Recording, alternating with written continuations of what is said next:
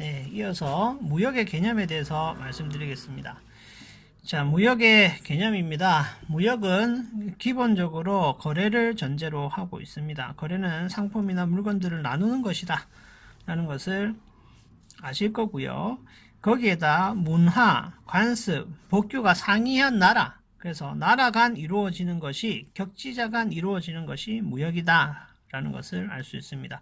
그래서 무역은 트레이드 위에 인터내셔널이 들어가는 개념이다 라고 보시면 되고요. 이와 관련된 기업, 국가, 개인의 경제 주체 사이에서 매매를 목적으로 물품을 이동, 교환, 재화 용역 등을 나누는 행위를 무역이라고 볼 수가 있겠습니다. 무역 관련 국제 상관습, 법규 시험에 자주 나옵니다. 자, 다음 중 계약 관련 법규가 아닌 것은 결제 관련 통일 규칙이 아닌 것은 운송 관련 조약이 아닌 것은 보험 관련 조약이 아닌 것은 중재 관련 조약이 아닌 것은 이렇게 시험에 나와요.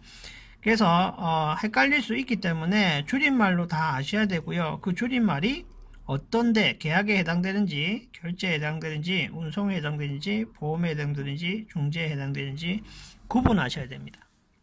그게 시험에 나옵니다. 자, CISG, UNCISG 국제물품 매매 계약에 관한 UN 협약은 비엔나 협약이라 하고요. 하나, 둘, 셋, 넷 전부 다 같은 말이죠. 자, 제일 보편적으로 많이 사용이 되는 국제물품 매매 계약에 관한 계약 관련 국제 상관습이라고 보시면 될 것 같고요. 영국의 물품 매매법은 줄여서 SGA라고 합니다.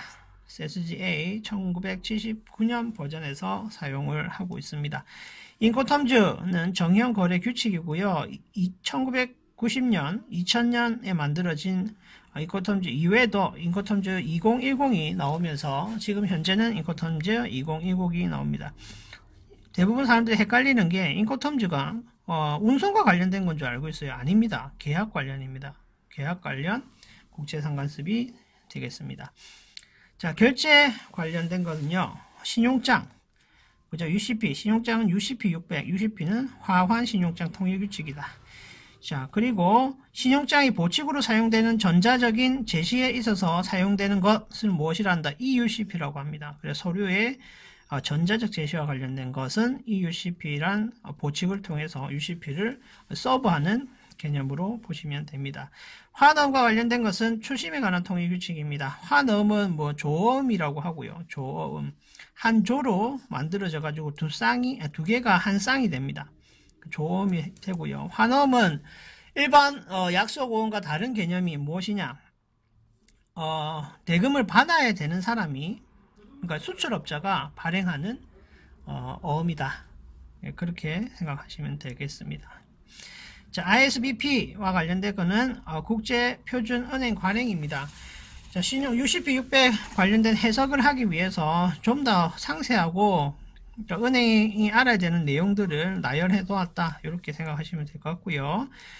자, 운송 관련 국제상관습이 뭐냐? 헤이그 BGB, 함부르크, 로테르담까지 해상 운송 관련 국제 협약이고요.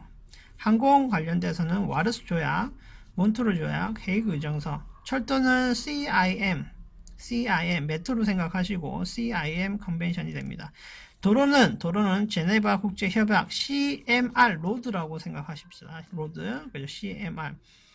줄임말이 안 맞지만 그래도 외우기 쉽게 이야기 드립니다. 복합 운송 관련해 가지고는 은코타드 ICC 규칙이고요.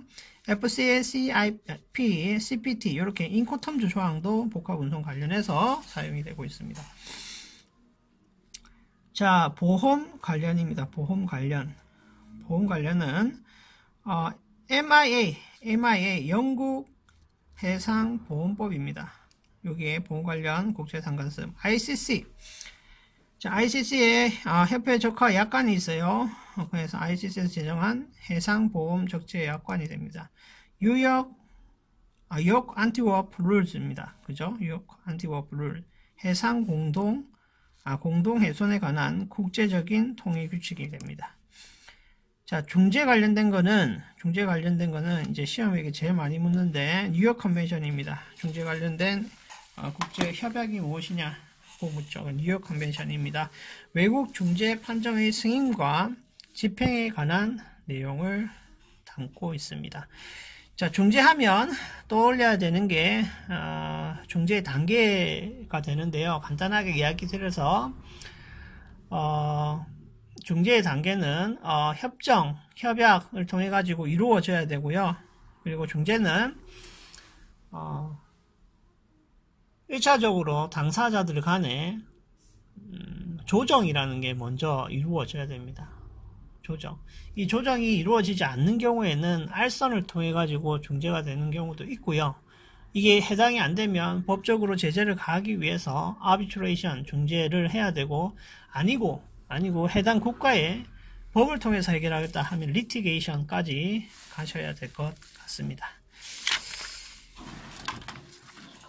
자, 넘어가겠습니다. 무역의 종류, 수출무역, 수입무역, 그죠? 방향에 따라서 수출무역과 수입무역이 나뉘는 거고요. 자, 제3자의 개입 여부에 따라서는 닫계자 중개무역, 그리고 개계자 중개무역으로 나뉘어집니다. 닫계자 중개무역은 수출상이 중개상의 역할을 하는 부분에 있어서 수입상과 별도의 계약을 체결하는 개념입니다. 그래서 대금의 지불이 중개상을 통해서 이루어진다. 그리고 A와 B는 서로 모르는 사이가 됩니다. 그래서 계약의 당사자로서의 역할을 하는 게 중개상이 됩니다. 이게 위험한 부분이 조금 있어요. 이게 자기 책임으로 비용으로 수입을 다시 제3자에게 수출하는 개념인데, 이게 이제 물품을 돌려서 다른 국가에 팔 수 있는 밀수나 밀매의 용도로 사용이 되기 때문에 중개무역은 체크 많이 하셔야, 실무적으로 체크를 많이 하셔야 되는 부분이고요. 아주 까다롭게 세관에서 검역을 하고 있습니다. 검역과 검열을 하고 있습니다. 자, 중개무역, 머천다이징 트레이드가 됩니다. 중개무역은 크게 두 가지로 나뉩니다. 중개는 공인중개사 생각하시면 되고요. 이 중개무역은 크게 거래마진 조건 중개무역이고요. 그리고 수수료 조건 중개무역이 있습니다. 마찬가지로 공인중개사도 수수료 조건으로 하는 경우도 있고 마진의 몇 %를 먹는 중개사가 있을 거잖아요. 그죠? 이런 것에 착안을 하셔서 응용하시면 외우시기 편하실 겁니다. 자, 그리고 거래마진 조건 중개무역 같은 경우에는 이 중개무역 특징이 뭐예요? 수출상과 수입상의 그 내용이 공개가 된다는 거예요. 공개가 됩니다. 그죠? 수출상과 수입상의 그 내용이 공개가 됩니다. 자, 그리고 거래된 알선의 수입으로 얼마씩 수출상, 수입상으로부터 받게 되고요. 대금 지불이 일어납니다. 그리고 물품이 A 수출상에서 B 수입상으로 인도가 되게 되죠. 봐보세요. 그렇게 되면 어떻게 될까? A와 B는 서로 아는 사이가 된다, 그죠? 한 번 이후에 다시 중개상을 사용해서 수수료 낼 수 있을까요? 없을까요? 그런 의도가 사라지게 됩니다. 그죠? 그래서 문제가 있죠. 누구의 입장에서? 중개상의 입장에서. 자, 수수료 조건 중개무역도 마찬가지고요. 거래 알선 이후에 수수료를 지불합니다. 총 원가에 있어서 보통 5%에서 10%, 10%에서 15% 이렇게 마진을 챙기는 겁니다. 자, 통과무역 나오고요. 통과무역, 트랜지트 트레이드가 됩니다. 이 경우에는 유럽에서 많이 사용을 했습니다. 유럽은 한 땅덩어리 여러 국가들이 이렇게 같이 붙어 있다 보니까 한 나라에서 다른 한 나라로 물건을 이송할 때 이 나라와 이 나라의 사이에 낀 나라를 통과하는 경우가 생깁니다. 그래서 통과무역이라는 게 사용이 됐고요. 수출무역과 수입국, 수출국과 수입국이 직접 전달하지 못하는 경우에 한해 가지고 상국을 거쳐 가지고 거래하는 무역의 형태입니다. 스위치 무역이 있고요. 스위치 무역은 결제만 다른 나라에서 이루어지는 겁니다. 그래서 수출 계약 당사자가 물품은 이동을 똑같이 시켜요. 똑같이 시키는데 대금 결제만 제3국의 상사를 통해서 이루는 경우에 스위치 무역이라고 합니다. 네, 오늘은 여기까지 하겠습니다.